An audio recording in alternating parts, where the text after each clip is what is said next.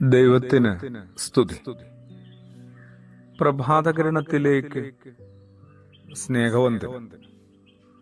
ഭാഗം 1913. ഇന്ന് മാർച്ച് മാസം 27-ാം തീയതി, 86-ാമത്തെ ദിവസത്തിലെത്തി.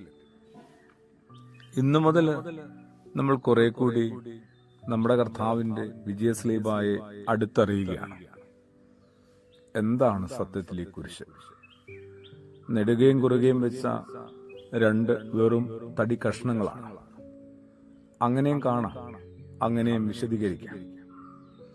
സത്യത്തിൽ അതൊരു മനുഷ്യനല്ലേ, മാനവജാതിക്ക് വേണ്ടി, ഭൂമിക്ക് വേണ്ടി തന്നെ സ്വയം ഇല്ലായ്മ ചെയ്യാനായിട്ട്, എല്ലാത്തിനും ഒരു പാപപരിഹാര ബലിയാവാനായിട്ട് സ്വയം ഇറങ്ങിത്തിരിച്ച ഒരു മനുഷ്യനാണ്.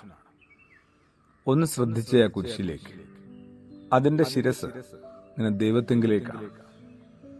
അങ്ങനെ അവനവന്റെ ഉറവിടത്തിലേക്ക്, ഉടയവനിലേക്ക്, സൃഷ്ടാവിലേക്ക് നമ്മുടെയും വിചാരങ്ങൾ, നമ്മളുടെയും ബുദ്ധി, യുക്തി, ഭക്തി എല്ലാം ഒന്നെത്തട്ടെ. അങ്ങനെ ദൈവത്തിങ്കിൽ അർപ്പിതമായ ഒരു മനസ്സും വിചാരവും ഒക്കെ നമുക്കുണ്ടാവട്ടെ. ദൈവത്തിന്റെ ജ്ഞാനം കൊണ്ട് നമ്മൾ പ്രകാശിതരാവട്ടെ.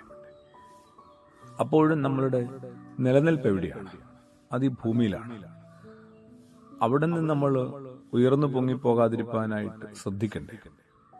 എത്ര വേഗമാണ് മനുഷ്യരൊക്കെ ഭൂമിയെ വിട്ട് ഏതോ ഉന്നതത്തിൽ ഇങ്ങനെ അള്ളിപ്പിടിച്ച് തൂങ്ങിക്കിടന്ന് ജീവിക്കുന്നത്.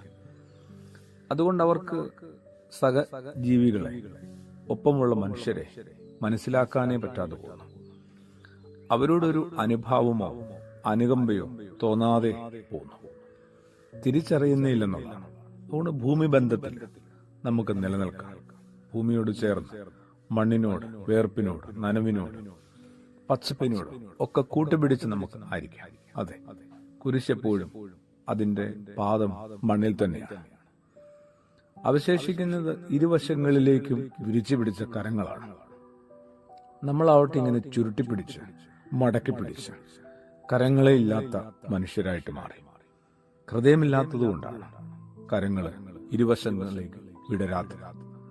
ഒന്നും കൊടുത്തും ശീലിച്ചിട്ടില്ല.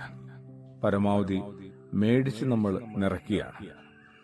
എല്ലാവരെയും ഒന്ന് ചേർത്ത് പിടിക്കണമെങ്കിൽ ഈ കരങ്ങൾ ഇരുവശങ്ങളിലേക്കും വിരിച്ചു പിടിച്ചേ മതിയോ?